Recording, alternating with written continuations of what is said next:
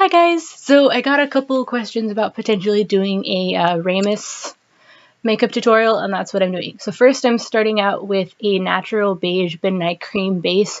You can use whatever foundation base you want. It could be liquid, it could be cream. I'm taking a stage makeup class, and so I have this really awesome midnight kit, and I use a lot of things from it. And then I take that little makeup sponge you see, and I make sure that when I'm applying it, my streaks go down. So when you apply, whether it's a cream or a liquid, it's really, really important to go down because it reduces streaking. I promise you, it reduces streaking a lot. I'm just using this to make sure that my skin tone is evened out. You can use a lighter color like I did if you want your Remus to look sickly and pale, which is a thing that I do. Don't cover up under eye circles, just focus on like blemishes and evening out your skin tone because we're going to make you look tired. So, the going down. Also, my camera angle is not the best in this, so I will try to do my best to explain when you can't see.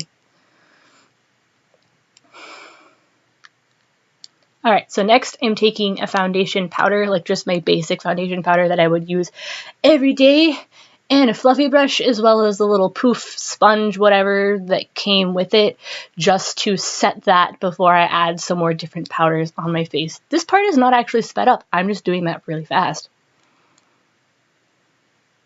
There's that sponge. I'm going to drag it across there a little bit just to get more on it, and then I take the brush to kind of make it look softer. Brush some of the excess off. Alright, so now, once I get it, come on me.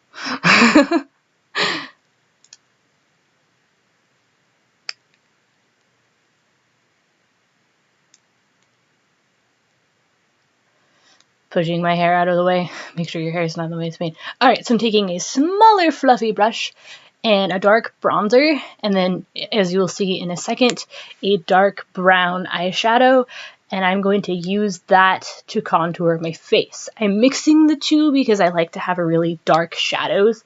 For Remus, normally I would just use a bronzer, so I'm following where my natural cheekbone hollow is, and making that really deep to thin out my face, make myself look tired, kind of sickly, because he does technically have a disease.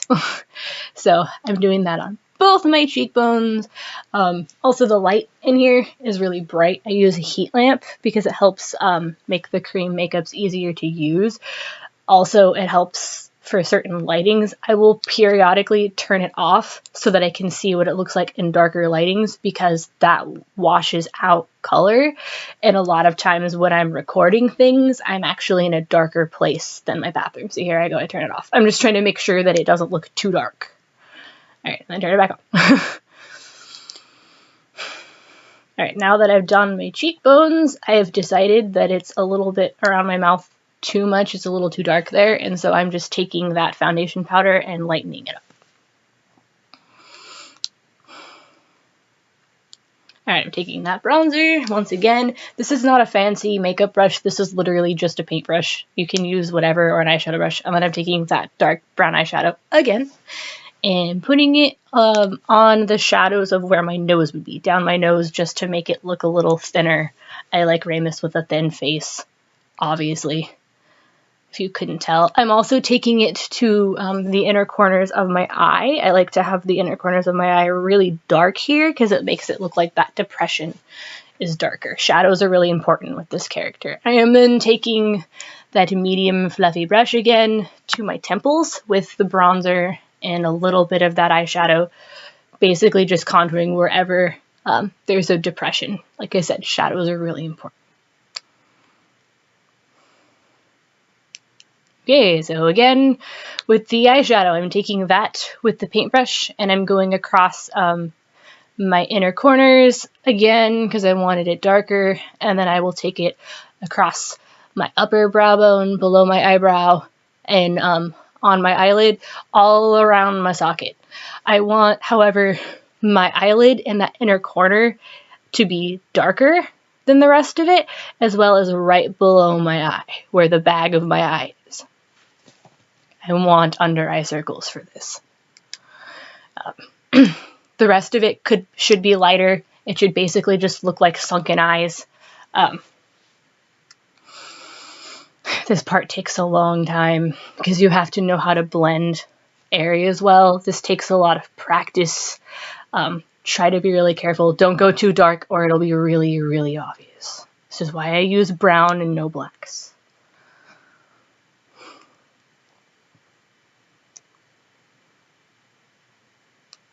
Just going across my eyelid, trying to make sure that's dark.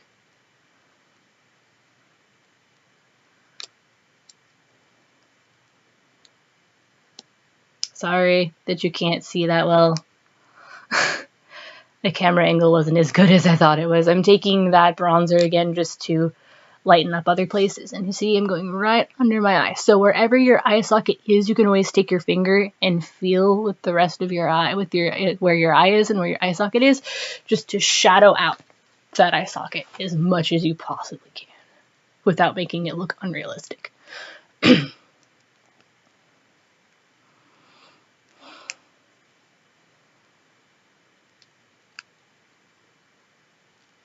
Alright, it's good. I decided it was good. Let me find my things. I have my Ben Nye kit, but all the packages look the same. So this is a Ben Nye bruise wheel, and I am taking the red from the Ben Nye bruise wheel and one of my Ben Nye brushes, so my wider brush, and I'm getting some of that red, and I'm just gonna, you won't be able to see this, I'm really sorry, but I'm just putting it on my waterline and then a little bit below my lash line so that I can blend it down. When you blend this down, make sure that it looks more pink than red. You're trying to make your eyes look tired and sore more than anything else. So it's really, really important to make sure there's a lot of red on your waterline and then blend down very slightly. You'll see what I mean once I step back and you can actually see it. So I'm taking my finger and just kind of smudging it along. So if you're doing it on your waterline and you get a little bit on your lower lid, that's entirely fine. You kind of want that. Fixing the light, make sure it's good.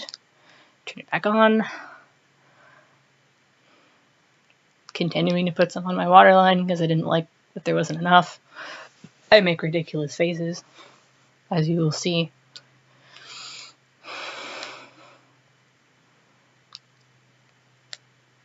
Smudging it with my finger some more.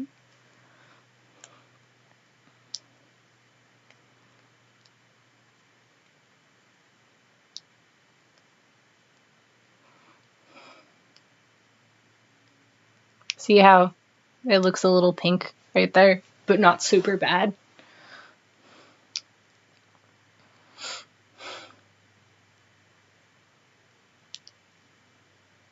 Okay, now I'm taking a brown mascara. It can be literally anything. This is just a really old one I have.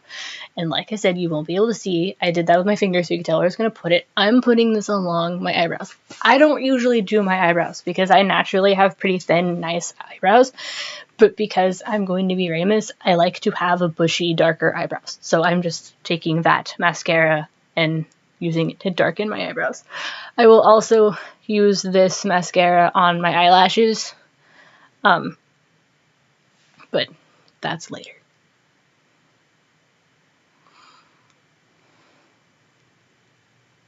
See, already looking darker. Also darker I can't talk. Also darker eyebrows will make you look more masculine. I forgot what I was going to do next. That's what that little thing with my hand was. Alright, so now I'm going to line my eyes.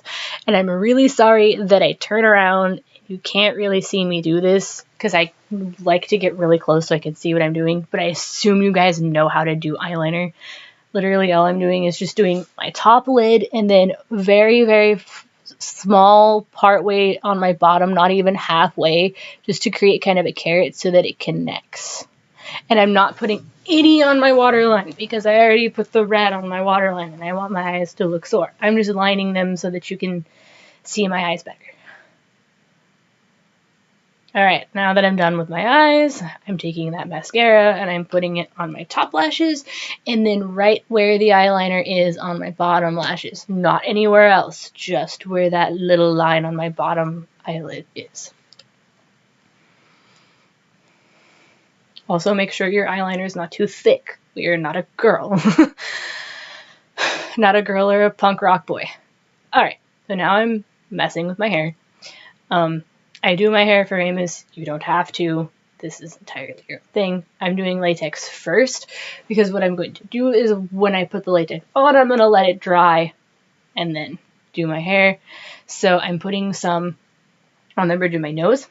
I will turn around periodically so that I can get closer to see it better. But remember, if you haven't worked with latex before, more is always good. You have to build the latex up. So normally I draw a line where I want it very, very thin, and then I build on top of that. And that's currently what I'm doing with my nose. Turning around because the edges were kind of blotchy and I wanted them to be more straight, even though it's a claw mark, but whatever. The scars that I don't tear open, the one on my nose and then one below my eye, are raised scars, so you don't need to do anything other than put the latex on your face. Also, if you've never worn latex before, it hurts a little to take off. It's like taking off a Band-Aid. You get used to it. Here I'm trying to decide where I want to put it. Latex is hard to mess with. It takes a lot of practice. So I'm just drawing right up my eye right there. Also, it smells awful if you've never worked with it before. That's why I made that face to begin with. It smells like shellfish. It's really gross because there's actually shellfish in it.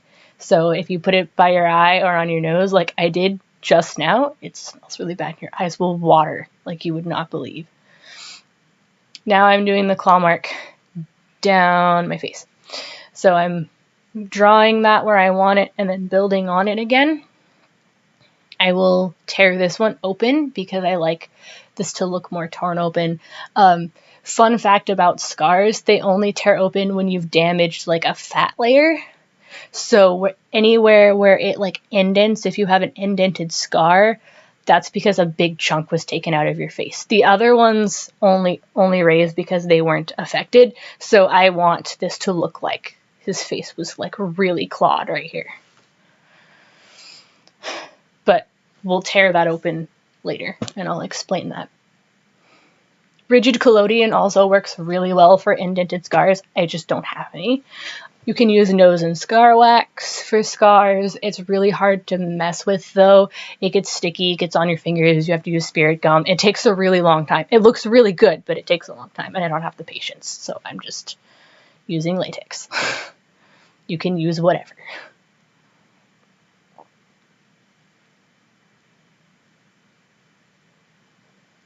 Just building on top of things.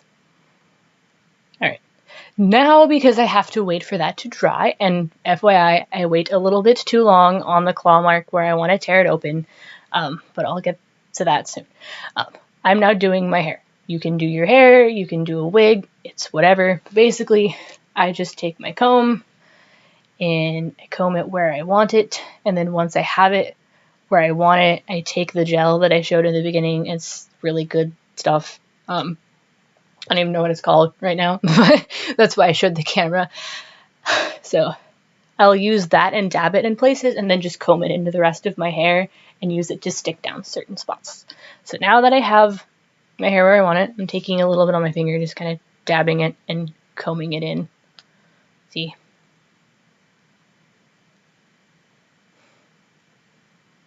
Just making sure I have everything where I want it.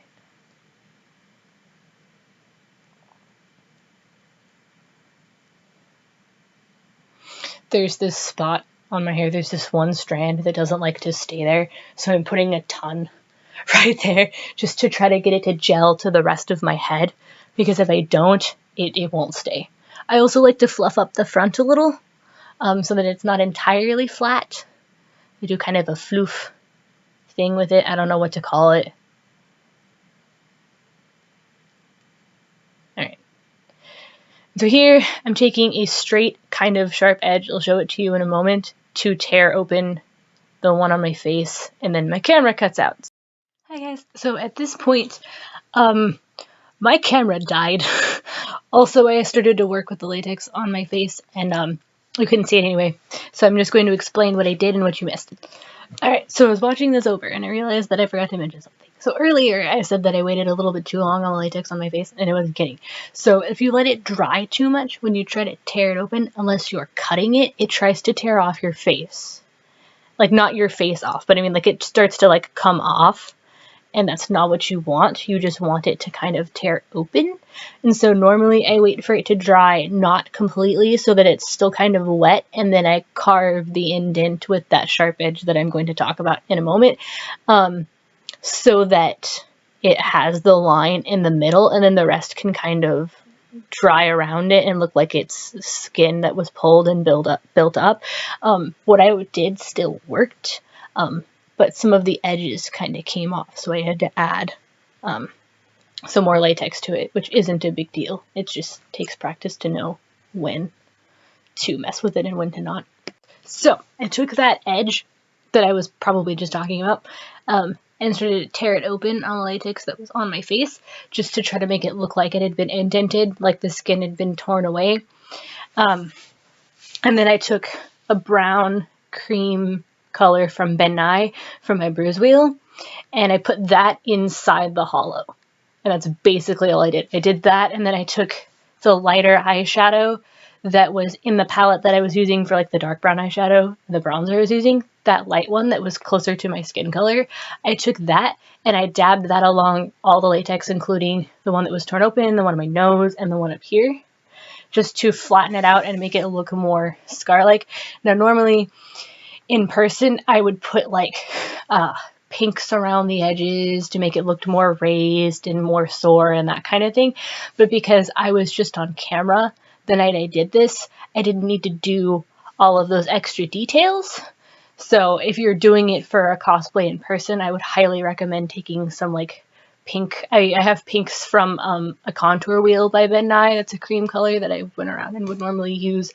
And then after that, I powdered with the translucent fair skin powder by Ben Nye and a poof, and did that all over my face. Then took a fluffy brush, brushed it all off, and then I used Ben Nye's Final Seal, sprayed my face, and went ahead and went online. If you don't have the sealant powder or the Final Seal spray, you can use baby powder and hairspray. Be really, really careful, but you can use it and it'll help seal it. Anyway, thank you so much for watching. I'm going to add some pictures of the final thing that I took with my camera so that you can see some of the things I was talking about that you couldn't really see on the camera, but bye!